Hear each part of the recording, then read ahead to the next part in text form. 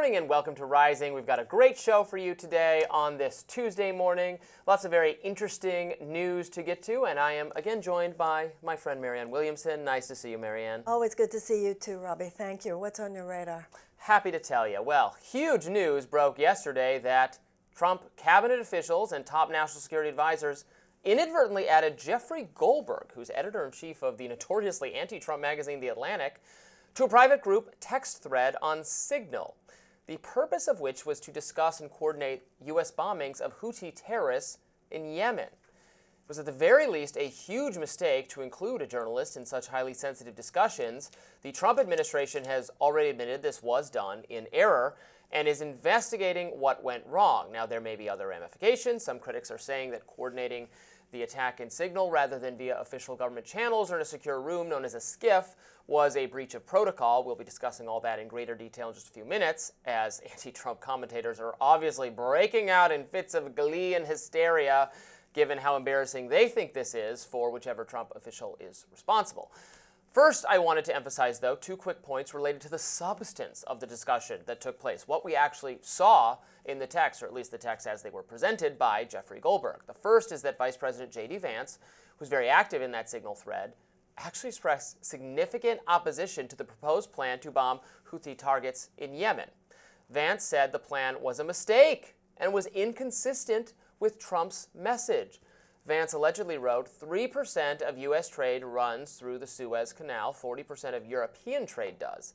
There's a real risk that the public doesn't understand this or why it's necessary. The strongest reason to do this is, as POTUS said, to send a message. He continued, I am not sure the president is aware how inconsistent this is with his message on Europe right now. There's a further risk that we see a moderate to severe spike in oil prices. I am willing to support the consensus of the team and keep these concerns to myself, but there is a strong argument for delaying this a month, doing the messaging works on why this matters, seeing where the economy is, etc. Pete Hegseth then chimed in to note that while he understood Vance's concerns, he was taking them seriously. Nothing would be fundamentally different about the situation in a month. Consider what that means. Our top military leaders, even those who were in full support of bombing Yemen, concede that the situation was not urgent whatsoever. And in that case, why was this issue not before Congress? I sound like a broken record here, but remember that Congress and Congress alone is the body that gets to declare war. We've not declared war on the Houthis. Now, perhaps the executive branch can approve limited defensive and retaliatory strikes on a terrorist group that is fired on U.S. ships, but if the government itself admits there's no need for immediacy, well then shouldn't they have to go to Congress first? Have we just entirely abandoned the idea that the legislative branch should be involved in foreign policy whatsoever? As former Libertarian Representative Justin Amash noted on X, the level of incompetence here is mind-blowing, but what shouldn't be overlooked is the specific substance of the group chat.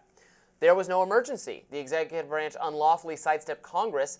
Taking military action, the top officials admit, was elective. The discussion establishes unequivocally that the strikes in Yemen are unconstitutional. And the Mises Caucus, a faction within the Libertarian Party, said that Vance was right to oppose the strike.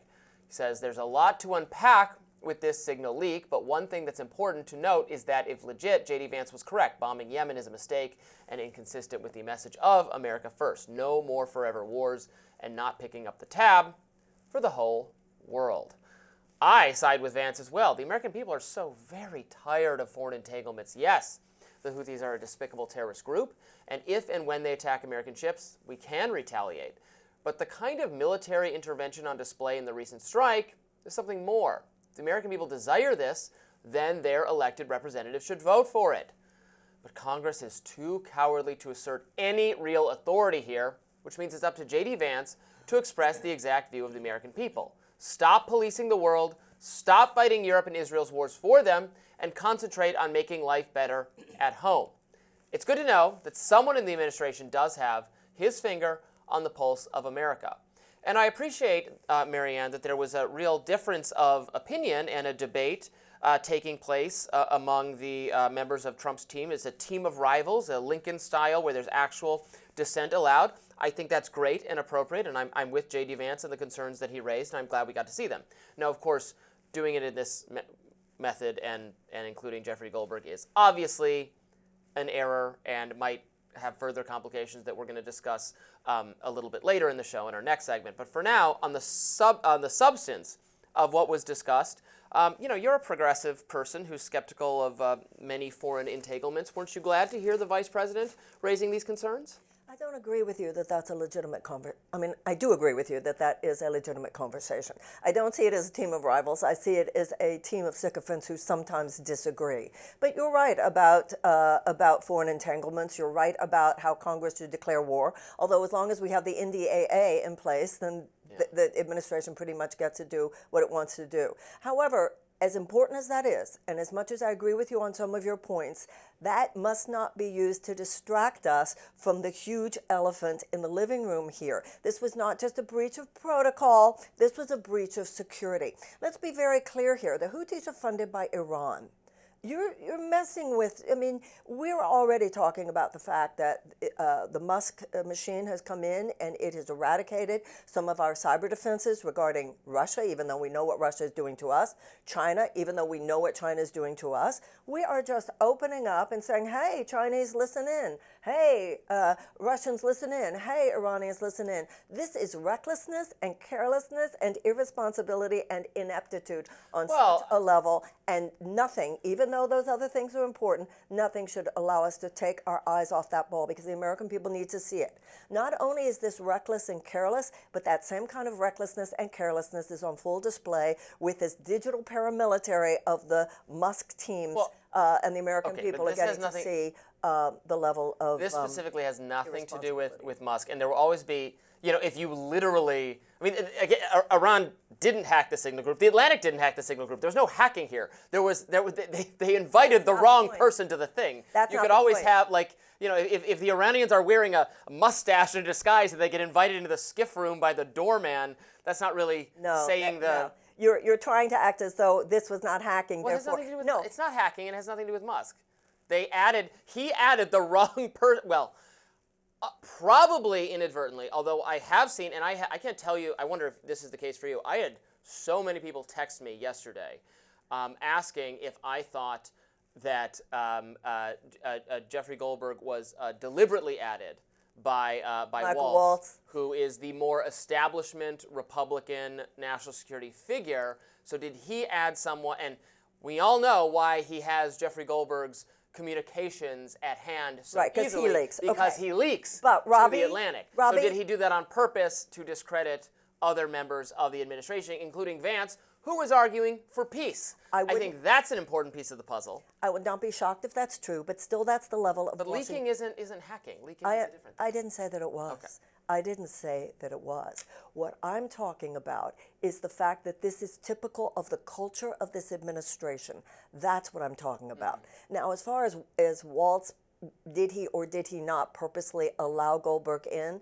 That's the level of interesting Washington, D.C. gossip. And you might be right, and it'll be interesting to see if it's true. I think it's more than interesting gossip. I think people want to know that for sure. This is a deeper issue here, and that has to do with the ineptitude and the irresponsibility and the carelessness. And that is where, yes, it is significant that this is typical of the way this administration is running. It is typical of the way that the Doge team is running. It is typical. If you have an unqualified Secretary of Defense, and every Republican now who's saying, well, really, this was a mistake, knew how unqualified he was, except Lisa Murkowski, except Susan Collins, and except Mitch McConnell, all of whom had the guts to vote against him. Rubio didn't. It doesn't matter. It was still a Department of Defense. It was about the war. It was about the war. So what I'm curious about is, obviously, the Secretary of Defense doesn't himself set up the signal chat. Who set it up? Did he already purge the department of the kinds of people who are sophisticated and responsible enough to know how these things are done? That's what I'm curious about. I would think that the Secretary of Defense would say to someone in his office, the team needs to get together. And under normal circumstances, this would be done in a secure room, in a secure location. These people are not qualified for the position and do not know what they're doing. I'm just dismayed they didn't purge everyone who had Jeffrey Goldberg's phone information on speed dial. That's what they really need to do. Your point about Michael Waltz, you might be right, and that would be sort of typical Washington. Trump is still being thwarted by people in his inner circle. Pardon? What? Well, that would be a case where Trump is still being thwarted by people in his inner circle. People who have a more. You're right. You're not wrong about that, and we'll see. I'm still on the fact of the carelessness, the irresponsibility, and the ineptitude on full display. Well, and Pete Hegseth, I don't know how much more this is going to go on before the American people say this guy, and the president might say this man has got to go. But let's be really clear here. He was not hired because of his qualifications. In many ways, he was hired because of his lack of qualifications, as is true with many of these people, because Trump wants to run everything from the Oval Office and didn't want a Secretary of Defense who might say no every once in a while, who might argue or push back every once in a while. But I don't agree with that, because there's a discussion and a debate happening. We're seeing that there are a variety of opinions on national security. I think Vance's opinions are more aligned with where Trump's base actually is, including the rest of the country. Yep. And I wish more people would take seriously what he is saying. He's trying to say the American people will not understand why it is necessary right now to do these bombings. This is mostly about carrying water for Europe and maybe even Israel. And should we be at the forefront of doing that? Is that really on Trump's message? And I'm glad those questions are being raised. I don't disagree with you.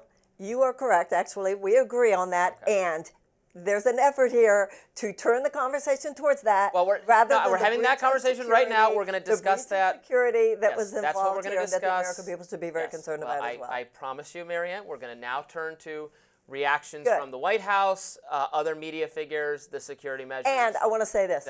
When it was brought up in the Oval Office and Trump said, this is the first time I'm hearing about this, he is such a pathological liar and he is such an actor. The first time he heard about this, there is no way in the world that was the first time he heard about this. Save it for the next segment. We're going to discuss. That's coming up next. I know you won't want to miss it. Stay tuned. More Rising in just a minute.